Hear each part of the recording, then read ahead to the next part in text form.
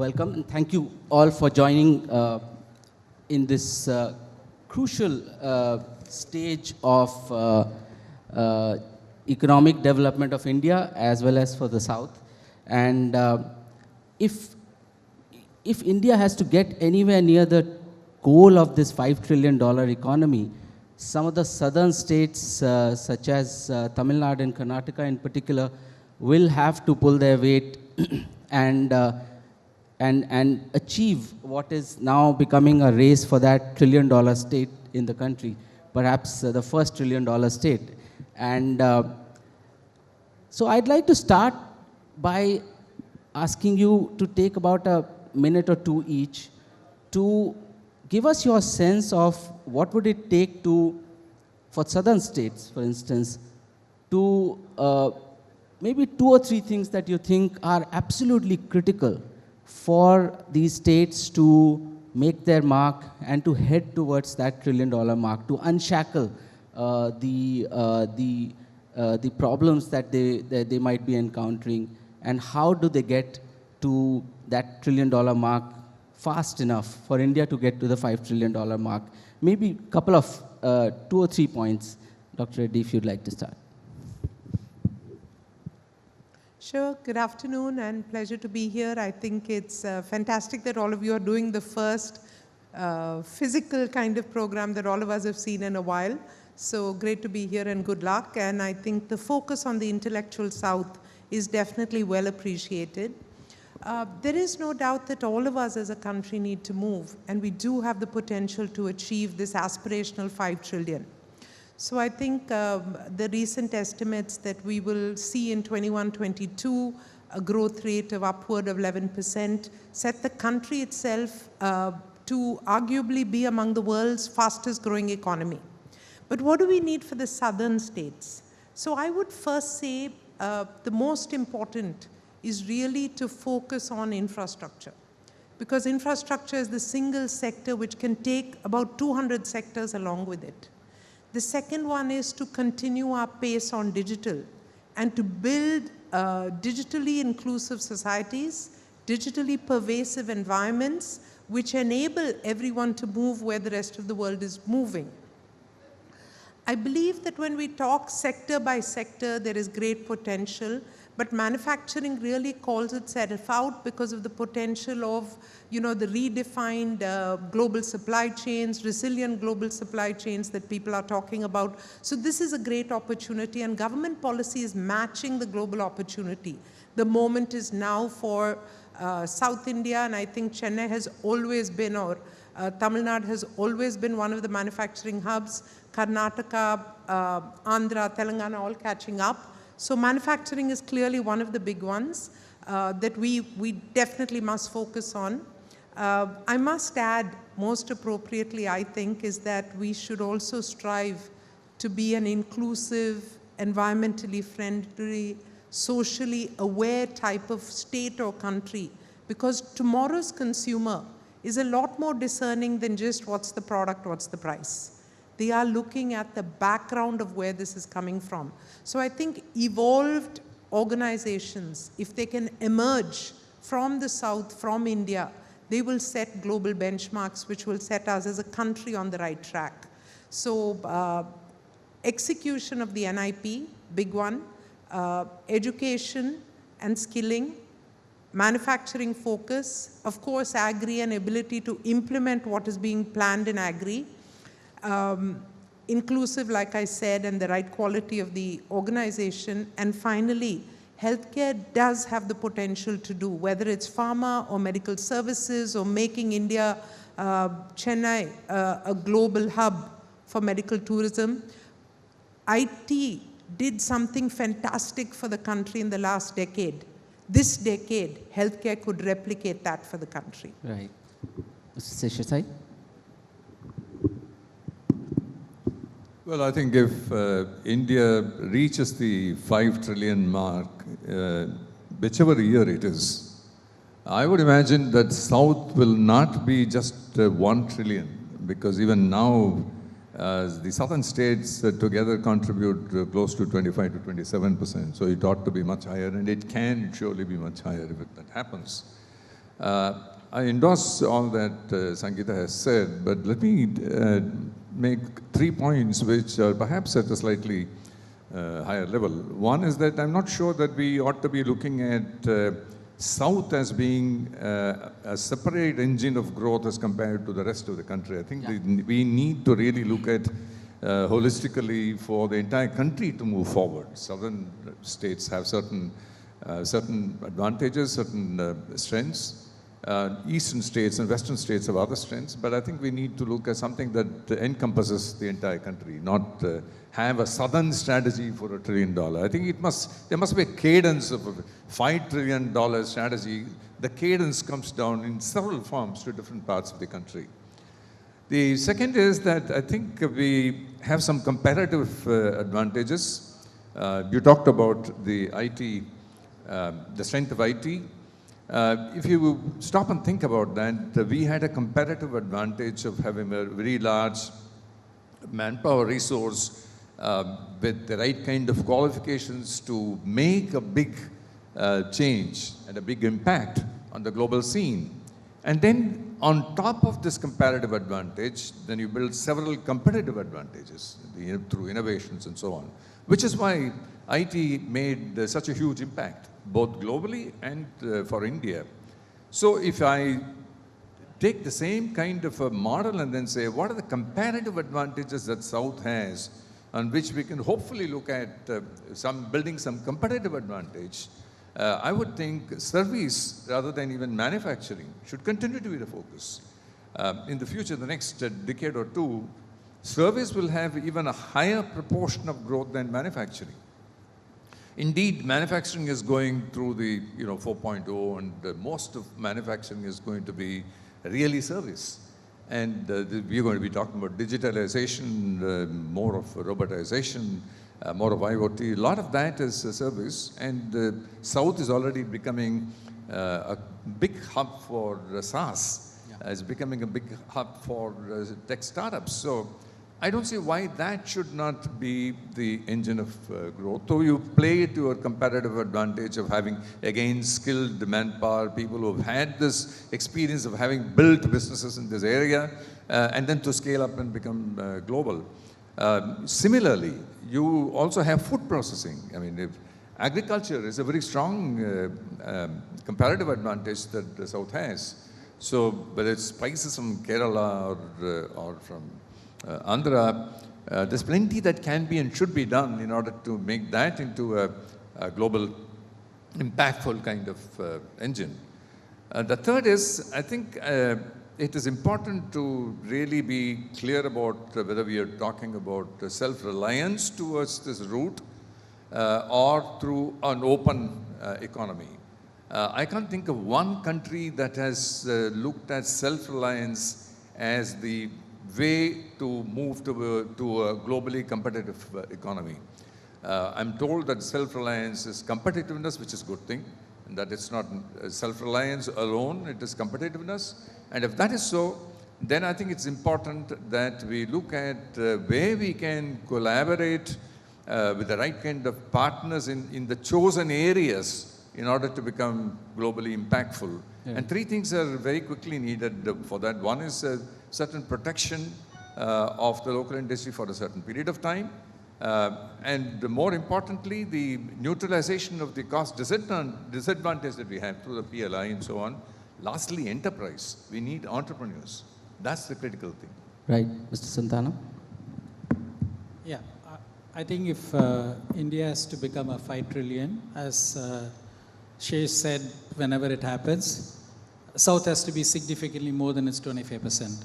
I believe that if this is going to happen, and manufacturing, and I'm including construction and buildings in that, is 25%, that has to become something like 35%. South starts with a huge advantage in all of that. If this 35% has to go to 40 or 45% in India, I'm including manufacturing plus construction, then I think South has to lead the way.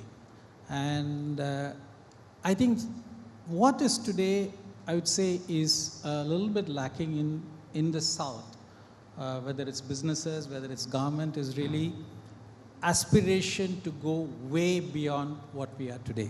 I think the first and the foremost thing that I would say is aspiration. And I really believe that South has an incredible infrastructure of large companies. Mercifully, we don't have too many public sectors, so we don't have that problem. But we have large private sectors, large multinationals, and a very large ecosystem of MSMEs. Any country in the world does not have a very shallow foundation of large number of MSMEs and a few big companies. So we really need to get this MSMEs to aspire. If today they are at 50 crores, can we get them to imagine at 500 crore? I think this is something which is very, very important. And the governments can do whatever it can do, which is, I think, talked already about that infrastructure. But really, we have to get this aspiration in our MSMEs to grow way beyond. And I'm beginning to see that. In fact, recently we had, Sesh was also there. I think we had a meeting with the finance minister, and there was not one person who talked about the fact that in the last year the economy is down by -8%, or they lost businesses by 25% in the first quarter. Almost everyone was saying that the global value chains are coming towards us. And the global value chains mean a lot in manufacturing. So I think we have to grab this, and South has every advantage. Whatever be the sector that South is, today it's strong, be it in textile, be it in pharma, be it in the IT, be it in digitalization services, be it in automotive. South has a leading position in many of this. And there is an inbuilt competitiveness that large southern enterprises have. And I think that can be leveraged. I think digital is making a huge difference. During COVID, we all realized that we could increase our productivity by 20%. And I can tell you that it's right across industries, right across the spectrum of medium, large, small. People are improving the productivity by 20%. You know what that has made to a company like us? We represent a large multinational, a old company. We believe that today the internal rate of return that we can get from India is much higher. So we are saying that we must target much more investments in India because it has become much more productive. So you see a virtuous cycle of productivity driven by digital, which is happening in manufacturing. And I think it's beginning to happen in construction and other industries where you see off-site manufacturing. There is a lot of tech which is coming into buildings today. I think the third one is innovation. Innovation is something which is being accelerated. South has huge advantages. If you say the top 50 good academic institutions, the research institutions, they're all located in India, in the South. You have a fantastic ecosystem of IITs, IISc, large, successful private sector engineering colleges working very closely. And I'll give a very, very small example. I mean, today we had that nice news that Bharat Biotech got the emergency authorization for Covaxin. Where are they from? Suchitra is from Neyveli, a tier 3 or a tier 4 town. And Krishna is from Tirutani, a tier 4 or a tier 5 town. Right. And there are hundreds and thousands of Krishnas and Suchitras in the South. Right. I think it's what we need to create, that aspiration to have a global play. And that's really what is critical for South. I think by nature, the Southern people, all of us are very conservative. We don't talk too much about it. So that's really, for me, aspire, digitalize, and innovate furiously. So, aspiration, all right. Mr. Kamath, 2-3 things that you think are very critical for. Thank you for having me here. It's a great honor and pride. In addition to what my co-panelists have told, South India, for me, it stands out absolutely away from the rest of the country in most of the things. And we have 27 factories in 17 locations. So, and I have traveled all the districts in the country in my business. So to that extent, it stands out. One, the quality of productivity, what we get here is amazing. And infrastructure, unthinkable. I can just give you a number. Between Bangalore and Mangalore, pre-COVID, there were 600 buses flying in the night itself. It cannot happen anywhere in the world. Between Bangalore and Mangalore, night buses 600. Between Bangalore and Hyderabad, night buses 400. Bangalore and Chennai, it's about 600 per night, every night, and seats are booked. And who are all traveling? They're all the kids who are traveling for job, coming back, going home, coming back, going home, and it's thriving. So what South India gets is the best of the education, high tech, and access to the Middle East and North Africa and US through IT and from Kerala, and access to the East, like Singapore, Malaysia, and Vietnam. And what we lack is using our 2,000 kilometers of coastline. Just imagine a situation that South India start producing for India, which is anyway we are doing it. In addition to that, imagine a situation we start catering to Middle East and North Africa, that's about 56 crore of population, and to the ASEAN countries, that's on the 60 crore population. In the past, productivity was an issue, but that generation is gone now. The new generation productivity is at par. What you get in the East, it can be produced in South India, there's no doubts in my mind, because machineries are available, trainings are available, and to become vital in economy, I mean, we are on the right track, as Mr. Seshasayee said, when it will happen with the 25, 26, it will happen for sure, and South has a great contribution, and it's fundamentally it comes down to only 4 factors. Land, it's very expensive in India, especially in South is more expensive. Labor, we need to manage the productivity, and the cost of capital has to be subsidized for production. And end of the day, entrepreneurship, we have seen the Startup India in Bangalore now, how it has in entirety changed the scheme of things as Silicon Valley of the country. So to that extent, I'm very, very hopeful and optimistic that South India will be the driving engine towards the vital economy. Okay, the key pillar of this strategy of self-reliance is the productivity linked scheme, PLI. And so can we try and understand what really is the, how is it changing the investment climate, if at all? And then if we can also look at what is the flip side of that. There is a huge flip side. It's a double-edged sword in some ways, because it also raises import duties, and then eventually leads to higher cost of production for the domestic industry. So what is the right balance in PLI, and whether it is actually changing the investment climate, and then the flip side, Dr. Reddy? So I think to begin with, the aspiration of boosting up the contribution of the manufacturing sector to the overall GDP from the current about 14 to 17% to 20 to 25% is the basis for finding schemes to remove the lack of competitiveness. And like Ullas rightly said, there's a land issue, but significantly also it's the ease of doing business, it's the cost of power, and also it's the logistics. Globally, logistics costs are under 10%. It's 8, 9, 10%. In India, it's upward of 14%. So while it will take us time to solve these problems, whether it's electricity, there's potentially a new electricity act coming into parliament, logistics, there are clusters of manufacturing, there are new highways. But if you want a solution now, the PLI was the offset to say that India can be as competitive as Bangladesh, as Taiwan, so don't go there, come to India. So as a scheme, as a concept, it is perfect. Now is to convey that concept and to focus on execution. I think the stars are aligned, and it's time for us to just pick up the mantle and make it happen.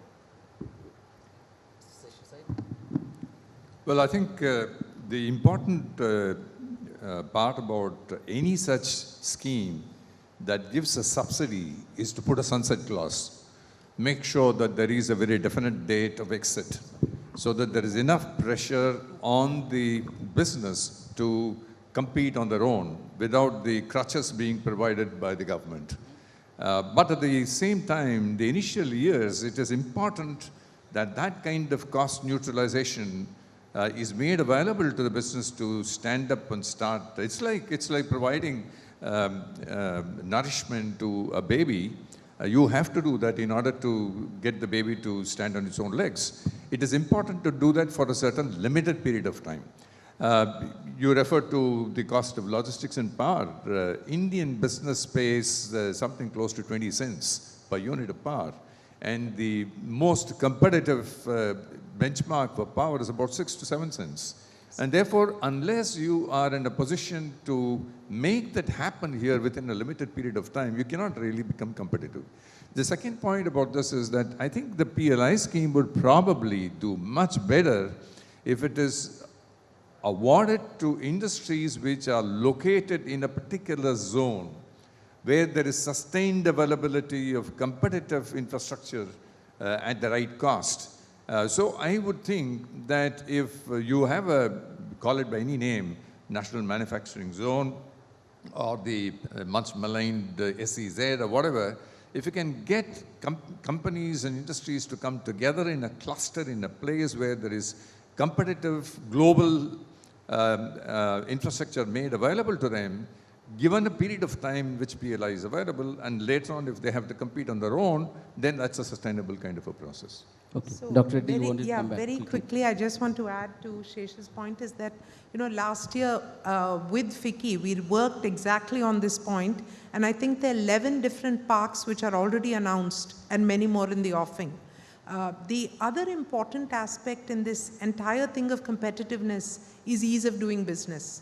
So procedurally, we have to remove some of the non-productive kind of paperwork. So a concept of a single portal where you enter all compliance issues, and that central portal then conveys to all the multiple government agencies is the second important one, because I think it's important for us to get more productive. And the third critical one, which is linked to the PLI and to India's manufacturing trajectory, is for us to think scale. Because when we think scale, then we produce high quality as well as lower cost. And to do scale, you make in India for the world, for India and for the world. So these are three quick things I wanted to add. Mr. Santhanam? Yeah. So in general, I'm in favor of this PLI, and I get a feeling that it's being done well. Just to tell you that we had the SEZ in Chennai, which attracted a lot of electronic industries in the 2007 to 2011, including Nokia, which closed down for several reasons, a lot of it due to business reasons. But if you go there today, you have something like 100,000 people re-employed thanks to this PLI. And you see Sri City, you go there, you have Foxconn between Sri City and Chennai, has got something like 80,000, 100,000 people, and they're employing something like 50 or 60,000 women, and all moving from agriculture to factory jobs. So I genuinely believe that industries need some kind of a support to overcome the structural disadvantages that we have. We still have high energy costs, be it power or fuel or gas. We still don't have GST for oil. So those things have to be corrected. Till such time as those are corrected, these champion sectors and the PLI that the government is being talked about is relevant.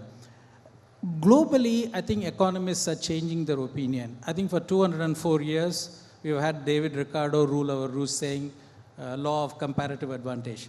But in a digital world with nationalism, with emotional issues coming in the way, I think this David Ricardo's comparative advantage has to be revisited. I have a feeling a little bit of self-reliance is useful.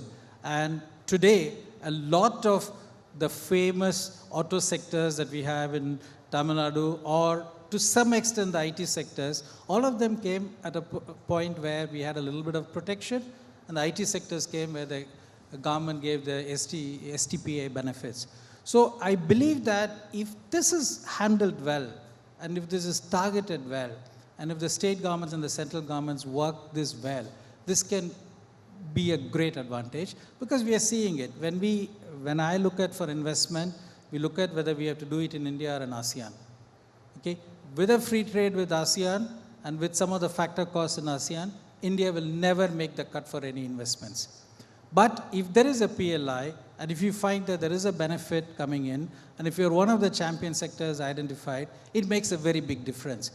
Will it make a difference after 10 years? I don't know. So the key thing is we have to have a law of limitations on some of this. But at the same time, without that kind of a support, to believe that your child has to go learn to run and do marathon, it's not going to happen. So I think this BLI is going in the right direction. The champion sector's approach is going in the right direction. So I do hope that this continues and it is targeted well. Okay, so Mr. Kamath, do you also think that there's no flip side to it? It's not a double-edged sword? No, I think it's the right thing to do with the PLI, and I completely agree that it has to be time bound, maybe for 5 years or 10 years, so that people prepare accordingly. It cannot be a benefit forever. We have seen that in 1991 liberalization, when the excise duty was exempted from a few states, a backward district, everybody went there. And if you see the Northeast, because of the government support, entire Northeast is thrived because of the excise and income tax benefit what government has given. But everything was time bound, everything is now on sunset clause. To that extent, the PLI, if it is defined very nicely, probably with a time bound program, all of us we can plan. The second one is that if you want to have a global competitive advantage, if you want to be in manufacturing, naturally it should be a partnership between the government and the industry. Unless that is done, for example, if you have certain business plan now with the kind of diesel prices what we have, how do you move the trucks? The entire cost of production will change, and how can it be competitive? So to that extent, some of the decisions what the government is taking, we should be aware that some of these are pre-bid quotes what people have to export at that price, and they cannot be losing because of the transportation cost here. So to that extent, there should be a partnership kind of a thing between the government and the private sector. There is a very intense investment competition emerging between states now, and it is sometimes becoming very extremely competitive and to some extent self-destructive. So where does the healthy competition end and self-destruction start when it comes to wooing businesses? Dr. Reddy. So I think right now there is adequate scope for growth in all areas. And there is, thankfully, enough global capital and enough capital looking to come into India. So we haven't reached that point. Every state is coming up with their industrial policy, with a strategy to really attract. I think there's a great potential in sitting together and choosing areas and minimizing overlap. For example, Telangana did something very smart in that they built on their strengths, which is the pharmaceutical, and are now doing a much larger pharmaceutical park. They looked for new emerging areas. So IT is kind of, everybody needs to do IT, but they also found IT-enabled specializations and then did a very significant thing in defense. So if each one could find their specialized clusters, minimize the extent of extreme competition, and also figure out where to draw the line on this one. But for now, I think that's, right now it's about scope and scale and winning the kind of global opportunities that we have. So the point of what you're making right now of disruptive competition is probably a few years away. Okay, Seshasayee, would you agree? Broadly, yes, but I think the most important thing about making promises of concessions, tax concessions to attract investment, is to make promises that you can keep. One of the big problems, and I'm not specifying a state for that, one of the big problems is that the promised concessions are not made available. That, I think, is pretty bad. Therefore, there is an affordability check that is critical. And therefore, the state has to be responsible for the promises they make in terms of the concessions. That's number one. Number two is theoretically. I mean, you don't make concessions available beyond what you believe is the right cost of creating a job. At the end of it, it's about direct and indirect jobs. And therefore, I'm not sure that there is a template that state governments use for the purpose of assessing what's the cost of the grant that goes to create a job.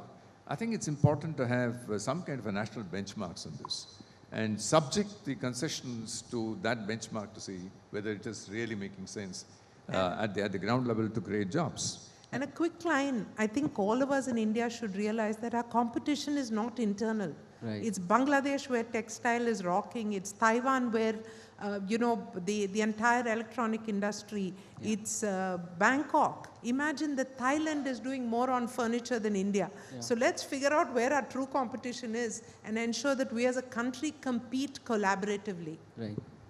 Mr. Santhanam? Yeah, so I'll speak from a microeconomic point of view. I'm not going to speak for the state. So I think both Sangita and Shesh are eminently qualified for that. From a firm point of view, I love this competitiveness amongst the state. I think all of us, when we go for our firm, we want the best possible thing. And I believe that the states have figured this out. I think there is a shift. In the past, states used to give away the future revenues, future tax. I think states have shifted to a very classical model of an investment subsidy. Today, anywhere in the world you go, there is a classical investment subsidy, whether it's in New York or whether it's in Hungary, whether it's in France, whether it's in Germany, whether it's in Vietnam. There is an investment-related subsidy which is always provided.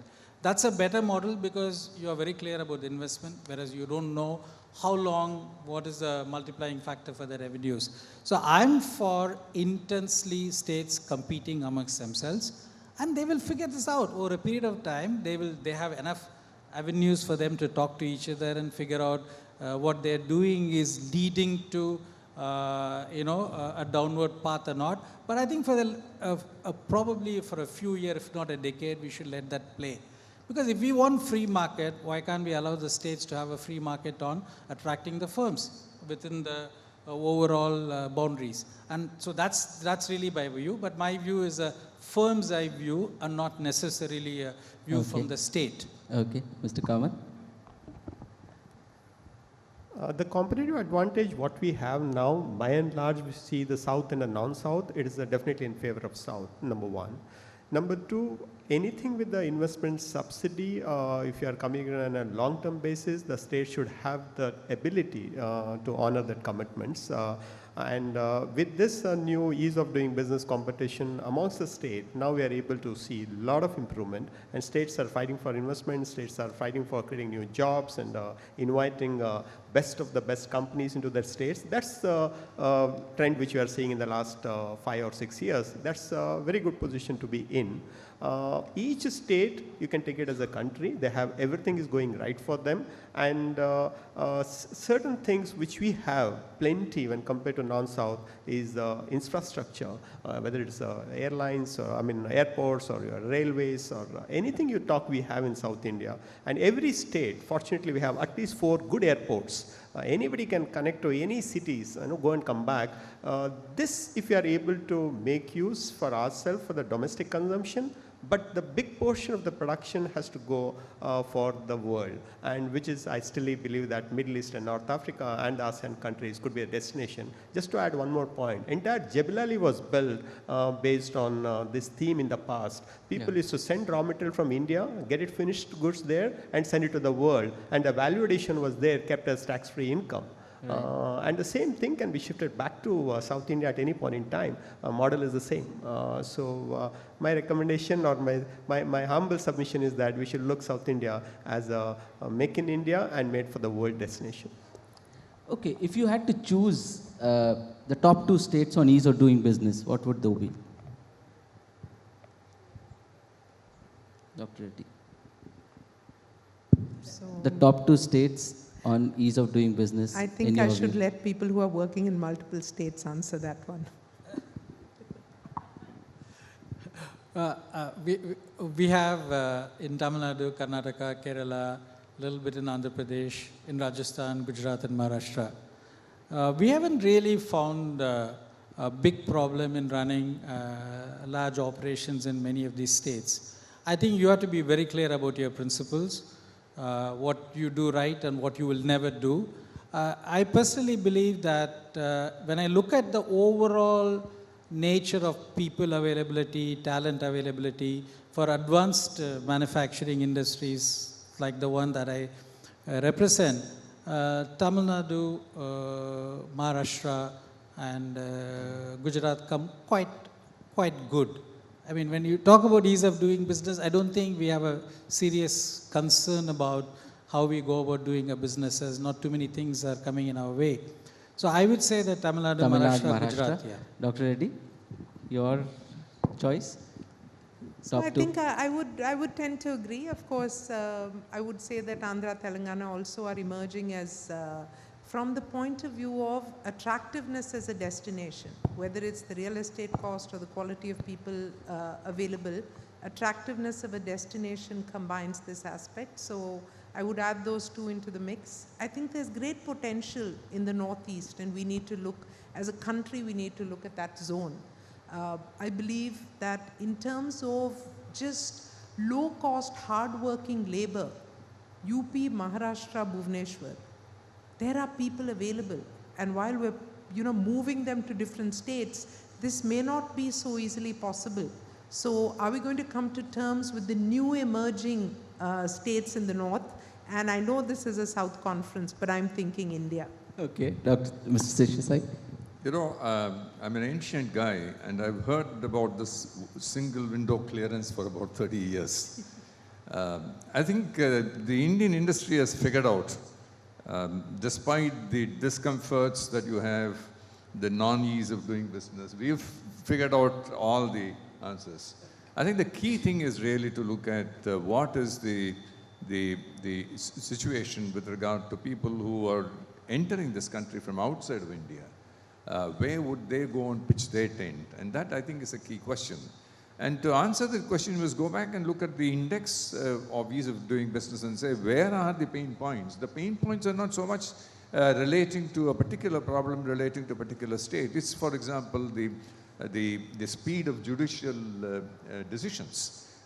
These are not state-level issues. These are much larger level issues. Yeah. Environmental clearance is not something which is a state-level issue. It is a national-level issue. Okay. So I think there are situations where we have to tackle at a national level in order to make ourselves a more attractive destination. I'm not sure that I have ever been in discussions outside this country amongst investors where people have said, Telangana or Tamil Nadu is a great state to go without discussing India. Sure. It's India, and then you make a choice. Okay. There are barriers to be crossed while coming to this country. Right. And that, I think, are the key issues. Okay. Mr. Kamath, top two states? And in that context, states who already have a high propensity for investment from global markets, like Japan. When I met the ambassador of Japan, he clearly said, we're very happy with Tamil Nadu, we're going to do more in Tamil Nadu. Okay. So there's an advantage already in the south. Okay. Mr. Kamath? Yeah, for me it's Karnataka and Telangana, undoubtedly. Ease of doing business, it's based on the investment what you make.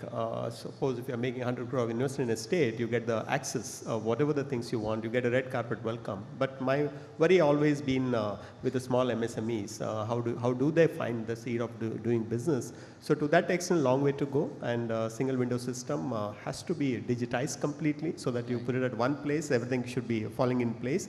But every government is working very fast. Absolutely, the speed in which they are working makes us to believe that we are here to transform everything in the years to come. Very optimistic. Okay, we have almost run out of time, but I wanted to take 1 minute, if you can take each, to tell us, can South replicate the success of Bangalore? Is there a Bangalore happening already or about to happen in any other part of South India?